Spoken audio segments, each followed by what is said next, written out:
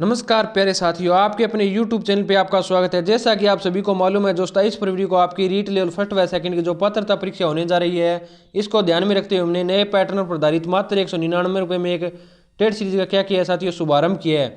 आप सभी साथीगण हमारे ऐप एसपी रजिस्ट्रेशन ऐप को जल्दी से जल्दी प्ले स्टोर से डाउनलोड कर लें और हमारी टेट सीरीज को ज्वाइन कर लें। यदि आपको इस टेट सीरीज के बारे में किसी भी प्रकार की जानकारी चाहिए तो आप हमें कॉल या मैसेज करके हमसे प्राप्त कर सकते हैं। इसके साथ ही जितनी भी कक्षाएं आज तक हमने आपको यूट्यूब पे करवाई हैं, इनकी पीडीएफ आपको फ्री ऑफ कॉस्ट चाहिए तो आप हमारे ऐप एक्सपीरियंस रजिस्ट्रेशन ऐप को जल्दी से जल्दी प्ले स्टोर से डाउनलोड कर लें। इसके साथ ही चलते हैं साथियों आज के महत्वपूर्ण क्वेश्चनों की ओर।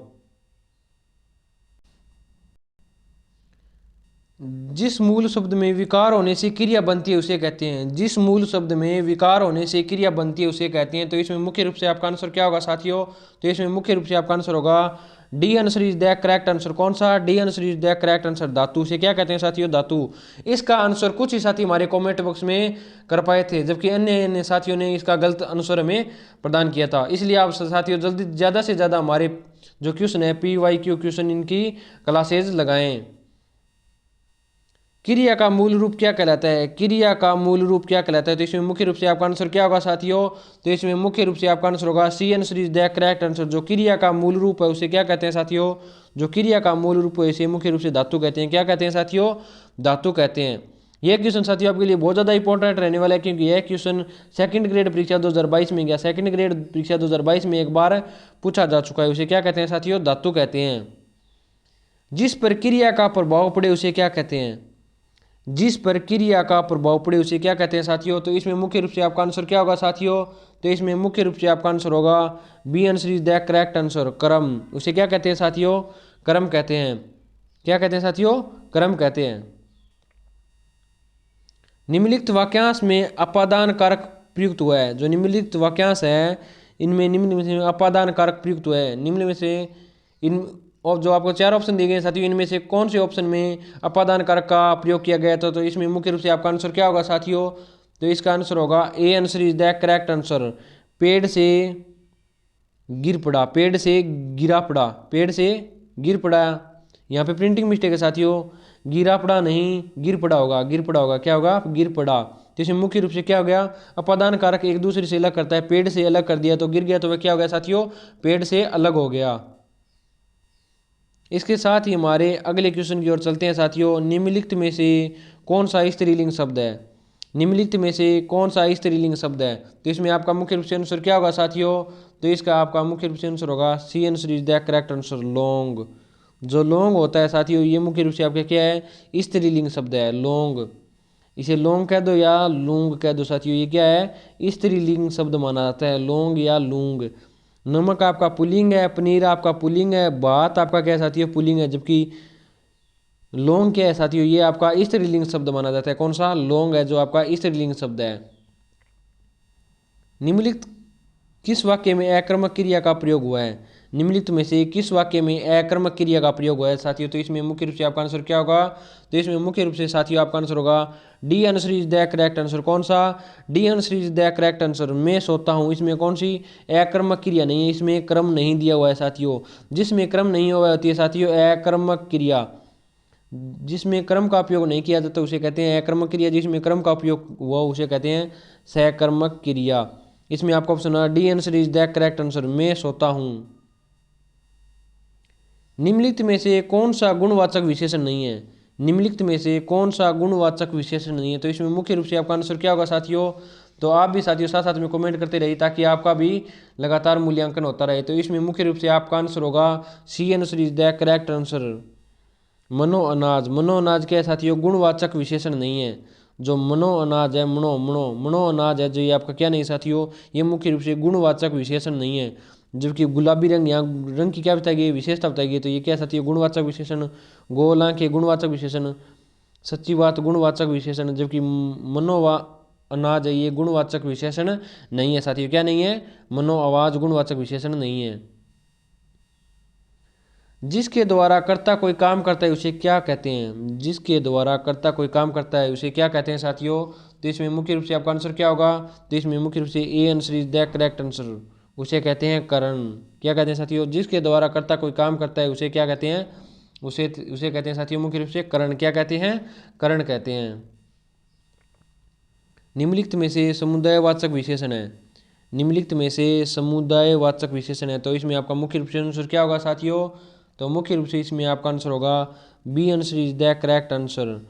चारों चारों चारों चारों क्या है साथियों? गुण समुदायवाचक विशेषण है। इसमें 1 2 3 4 क्या हो गया साथियों? चारों क्या हो जाएगा? गुणवाचक विशेषण हो गया, क्योंकि ये समुदाय का बोध करा रहे हैं। क्या करा रहे हैं? समुदाय का। दूना, दूना क्या है? प्रत्येक, ये 1 हो गया। 3 क्या हो गया? ये क्या हो गए? ये क्या है साथियों? ये कर्मवाचक है, जबकि जो चारों हैं ये मुख्य रूप से समुदायवाचक विशेषण है। कोई आया था वाक्य में कौन सा सर्वनाम भेद का प्रयोग हुआ है? कोई आया था वाक्य में कौन से सर्वनाम भेद का प्रयोग हुआ है साथियों? तो इसमें मुख्य रूप से आपका आंसर क्या होगा? A answer is the correct answer. अनिश्चयवाचक सर्वनाम। क्या होगा साथियों? अनिश्चयवाचक सर्वनाम। कोई आया था, पता नहीं कौन आया था, वह निश्चित नहीं है। कोई आया था या नहीं आया था, कौन आया था, कौन आया था। ठीक है, तो इसमें क्या हो जाएगा? अनिश्चयवाचक सर्वनाम। निरंतरता बोधक संयुक्त क्रिया का उदाहरण है। जो निरंतरता बोधक संयुक्त क्रिया का उदाहरण है, तो इसमें मुख्य रूप से आपका आंसर क्या होगा? तो इसमें मुख्य रूप से आपका आंसर होगा साथियों C answer is the correct answer. कौन सा? C answer is the correct answer. बरसता रहता है, बरसता रहता है। क्या रहता है साथियों? बरसता रहता है। क्या रहता है? बरसता रहता है। तो C answer is the correct answer. निरंतरता बोधक संयुक्त क्रिया का क्या साथियों? यह उदाहरण है। इसके साथ ही चलते हैं साथियों हमारे अगले क्वेश्चन की ओर। निम्नलिखित में बहुवचन शब्द है। निम्नलिखित में से बहुवचन शब्द है, तो इसमें मुख्य रूप से आपका आंसर क्या होगा साथियों? तो इसमें मुख्य रूप से आपका आंसर होगा कौन सा? B answer is the correct answer. कौन सा साथियों? B answer is the correct answer. जो समाचार है ये कौन सा साथियों? ये बहुवचन शब्द है। जो समाचार शब्द है ये मुख्य रूप से कौन सा? समाचार शब्द है ये मुख्य रूप से बहुवचन शब्द माना जाता है। कौन सा साथियों? ये मुख्य रूप से बहुवचन शब्द माना जाता है।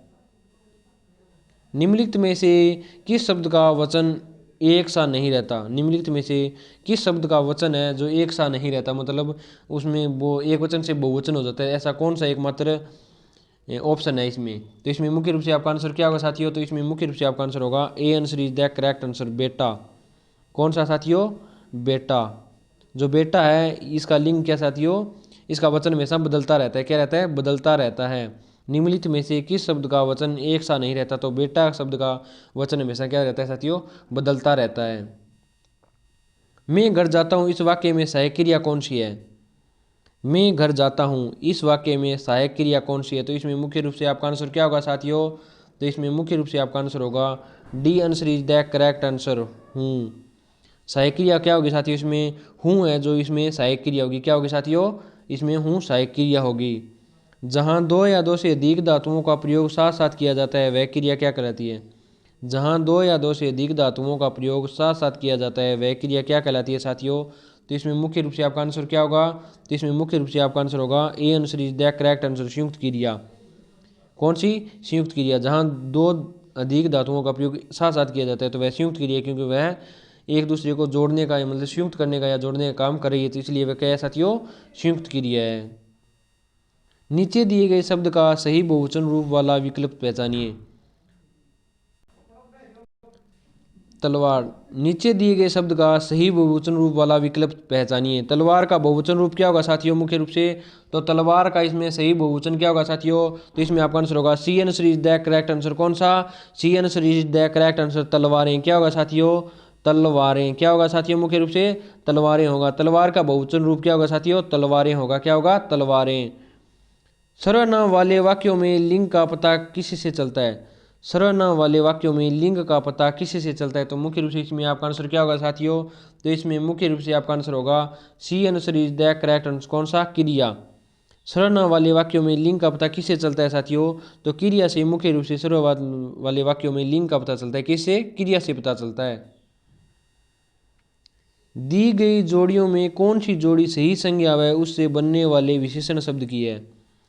दी गई जोड़ियों में कौन सी जोड़ी ऐसी है जो संज्ञा है उससे बनने वाले विशेषण शब्द की है? तो मुख्य रूप से इसमें आपका आंसर क्या होगा साथियों?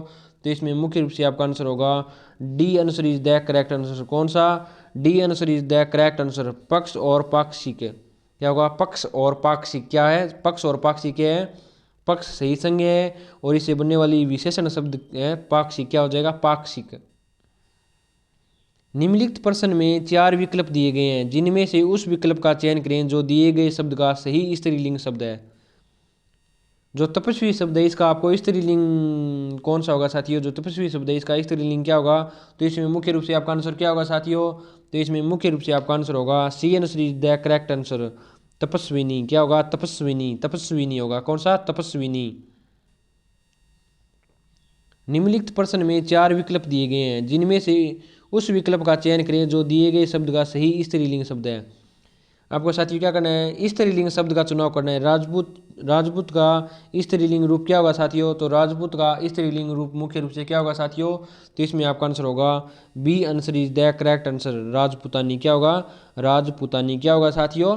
राजपुतानी होगा। क्या होगा? राजपुतानी।